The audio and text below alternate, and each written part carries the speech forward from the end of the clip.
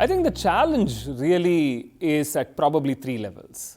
There is a systemic challenge. There is a challenge on how do we ensure that the systems for education, employability, skill development are aligned to the priorities of life skills as we are talking about. I think that's number one. I think the second challenge is a social challenge. As much as institutions can do what they want, the social acceptability of success and how they measure effectiveness has to evolve in families, parents, teachers on the ground, recognizing and validating life skills that the young people are actually seeing. The third are progressive pathways we've built for young people today, which is how do you get a job? How do you get accepted in an academic institution? How do you get promoted at work? Recognizing the value for life skills itself. Because if you think about it, these are the three reinforcement loops that young people go through today. How do I know as a young person what is important? I know it because my school says it is important. My college says it is important.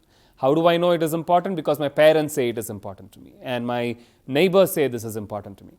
How do I know this is important? Because when I go for a job interview, they ask me this question, so I know this is important. When I'm in a job, I get promoted because this is important.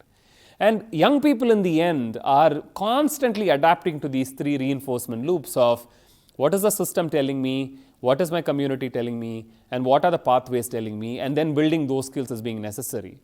So it's very hard for us to expect young people to build life skills when these three reinforcement loops don't accentuate or emphasize the fact that this is an important skill to build. So what we need to do for these challenges is really transform these systems. Transform the North Stars and the goals for the education system and the employability system, and that's already underway with the national education policy, with the intent of the state government. And the question for us is, what are we going to do to leapfrog from where we are today to the next level?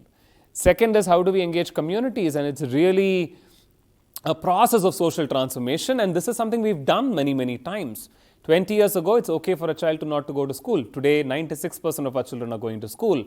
And it is impossible to believe we convinced an entire society on the need for education, but it happened through consistent messaging and engagement with community over a period of 10 years.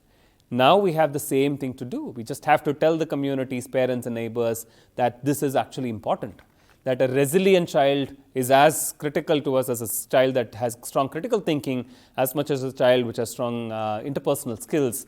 And giving them the vocabulary to be able to appreciate that, I think, is very, very important. The third system is actually the easiest to build because the value orientation for why they have to do it is very clear, because a young adult with life skills is actually good for their systems and the pathways. It's ironical how sometimes the entire education system is actually designed for a recruiter, because whatever a recruiter sees is what we actually do in education. We just have to transform the recruiter, and that's an easier problem to solve.